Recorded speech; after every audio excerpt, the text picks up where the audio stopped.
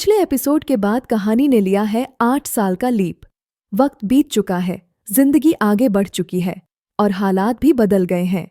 अभिरा और अरमान दोनों अपनी अपनी दुनिया में आगे बढ़ चुके हैं, नई जिम्मेदारियां, नए रिश्ते और नई पहचान के साथ। एपिसोड की शुरुआत मंदिर में शंखनाद से होती है। सुबह का समय होता है, लोग पूजा कर रहे होते हैं, घंटियां बज रही होती हैं और वातावरण में एक शांत सा माहौल होता है।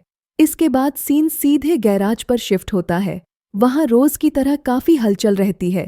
कुछ वर्कर टायर निकाल रहे होते हैं, कोई इंजन खोलकर देख रहा होता है, कोई गाड़ी के पार्ट्स साफ कर रहा होता है। इसी बीच एक औरत सबके लिए खाना लेकर आती है और सबको बुलाती है, लेकिन वर्कर हंसते हुए कहते हैं कि पहले गाड़ी ठीक हो जाए, फिर आराम से खाना खाएंगे। इसी बीच एक वर्कर गाड़ी के नीचे से निकलता है, हाथ पोंछता है और इंजन स्टार्ट करता है। गाड़ी सही से चालू हो जाती है। जब वो बाहर आता है तो कैमरा उसके चेहरे पर जाता है और पता चलता है कि वो अभिरा है। सभी को थोड़ा अजीब भी लगता है और अच्छा भी कि अभिरा खुद मेहनत कर रही है। फिर सब लोग मिलकर बैठते हैं और खाना खाते हैं। अभिरा हल्के मजाक में कहती है कि हार वही मानता है जो मान ले, वो तो लाइफ हो या गाड़ी, दोनों को रीस्टार्ट कर लेती है। इस सीन से अभिरा का प्रैक्टिकल और पॉजिटिव नेचर फिर से सामने आता है। इसके बाद कहानी घर की तरफ जाती है।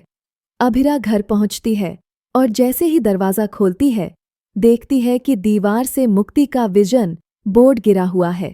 कमरा थोड़ा अंधेरा सा होता है और मुक्ति चुपचाप एक कोने में बैठी होती है। अभिरा पहले हल्के अंदाज में पूछती है कि सिर्फ बोर्ड गिरा है या सपने भी। मुक्ति कोई जवाब नहीं देती, उसकी आंखें भरी होती हैं। थोड़ी देर बाद वो बताती है कि उस पर बहुत दबाव है, स्कूल का प्रेशर, स्कॉलरशिप की टेंशन और भविष्य की चिंता। उसे लग रहा है कि वो सब संभाल नहीं पाएगी और कहीं न कहीं वो खुद पर ही शक करने लगी है। अभिरा उसे समझाती है कि हर इंसान को अपने सपनों के रास्ते में डर लगता है, लेकिन डर की वजह से रुक जाना सही नहीं है। वो साफ कहती है कि मुक्ति का सपना उसका अपना सपना भी है और वो उसे कभी अकेला नहीं छोड़ेगी। फिर वो मजाक में कहती है कि घर में अंधेरा है तो पर्दे खोलो, रोशनी आने दो। धीरे धीरे माहौल हल्का हो जाता है और मुक्ति भी थोड़ा नॉर्मल महसूस करती है। इसके बाद फंक्शन का सीन आता है। घर में सजावट होती है, लाइट्स लगी होती हैं, म्यूजिक बज रहा होता है और सब लोग अच्छे कपड़ों में तैयार होकर नाच गाना कर रहे होते हैं। माहौल काफी खुशियों भरा होता है। सब लोग एक दूसरे से मिल रहे होते हैं, बातें कर रहे होते हैं, हंसी मजाक चल रहा होता है। तभी अचानक काकी घबराकर आती है और कहती है कि रिंकू कहीं दिखाई नहीं दे रही है। पहले सब लोग सोचते हैं कि शायद वो कहीं मेहमानों के साथ होगी, लेकिन जब काफी देर तक नहीं मिलती तो चिंता बढ़ जाती है। अभिरा और मुक्ति तुरंत रिंकू को ढूंढने निकलते हैं। वो आसपास की गलियों में, दुकानों के पास, मंदिर के पास और बाहर की तरफ देखते हैं। काफी खोजने के बाद आखिरकार रिंकू एक कोने में खड़ी मिलती है। उसके हाथ कांप रहे होते हैं और वो किसी कागज पर साइन कर रही होती है। अभिरा उससे पूछती है कि क्या हो रहा है और वो यहाँ अकेले क्यों खड़ी है। रिंकू रोते हुए बताती है कि उसके घर वाले उसकी शादी जल्दी करना चाहते हैं, जबकि वो अभी अपनी ग्रेजुएशन पूरी करना चाहती है। उसे लग रहा था कि कोई उसकी बात नहीं सुनेगा, इसलिए वो घर से भाग आई। यह सीन बहुत सिंपल तरीके से दिखाता है कि रिंकू कितनी कंफ्यूज्ड और डरी हुई है। इसी दौरान रिंकू की सास वहां पहुंच जाती है। वो रिंकू के हाथ से पेपर छीन लेती है और गुस्से में फाड़ देती है। वो कहती है कि पढ़ाई से क्या होता है, असली जिंदगी तो घर संभालने से चलती है। यह सुनकर माहौल थोड़ा टेंस हो जाता है। अभिरा शांत रहते हुए समझाती है कि पढ़ाई सिर्फ नौकरी के लिए नहीं होती, बल्कि सोच और समझ बढ़ाने के लिए होती है। वो कहती है कि अगर लड़की पढ़ेगी तो वो खुद के लिए भी और अपने परिवार के लिए भी बेहतर फैसले ले पाएगी। धीरे धीरे वहां मौजूद लोग भी अभिरा की बात से सहमत होने लगते हैं। कुछ लोग सिर हिलाते हैं, कुछ तालियां बजाते हैं। इससे रिंकू को भी हिम्मत मिलती है और वो फिर से पेपर पर साइन कर देती है। इस तरह ये सीन बिना ज्यादा ड्रामा के एक पॉजिटिव नोट पर खत्म होता है। इसके बाद कहानी फिर से अभिरा की निजी परेशानी पर लौटती है। उसे बैंक से कॉल आता है, जिसका वो काफी देर से इंतजार कर रही थी।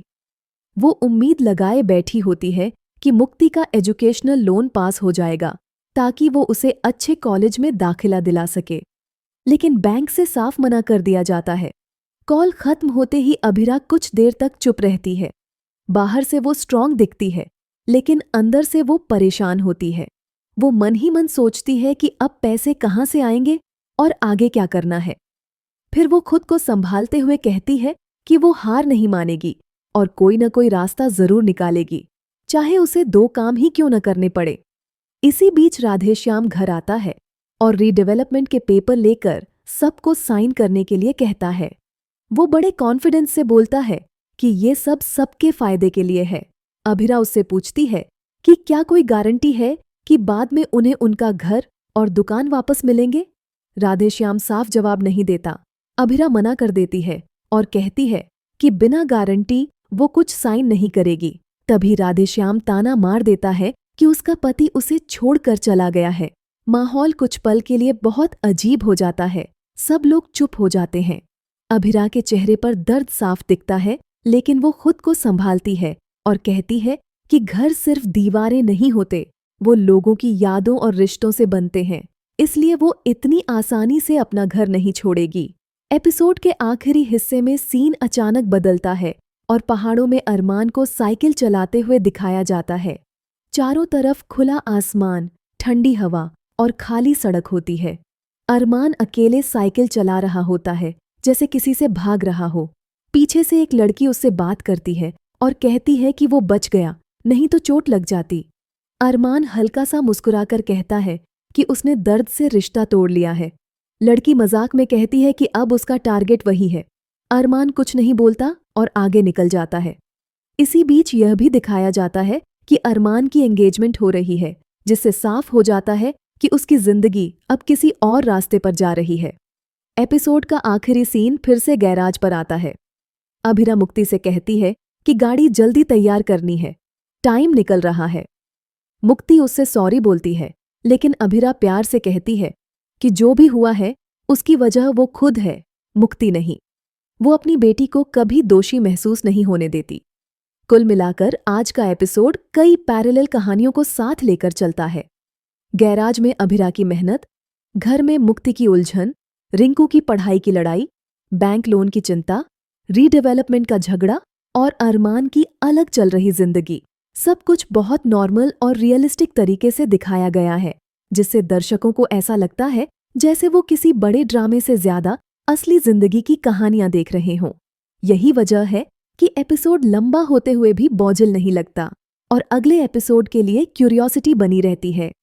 कल का एपिसोड देखने के लिए हमारे चैनल को सब्सक्राइब करें और वीडियो को लाइक करें।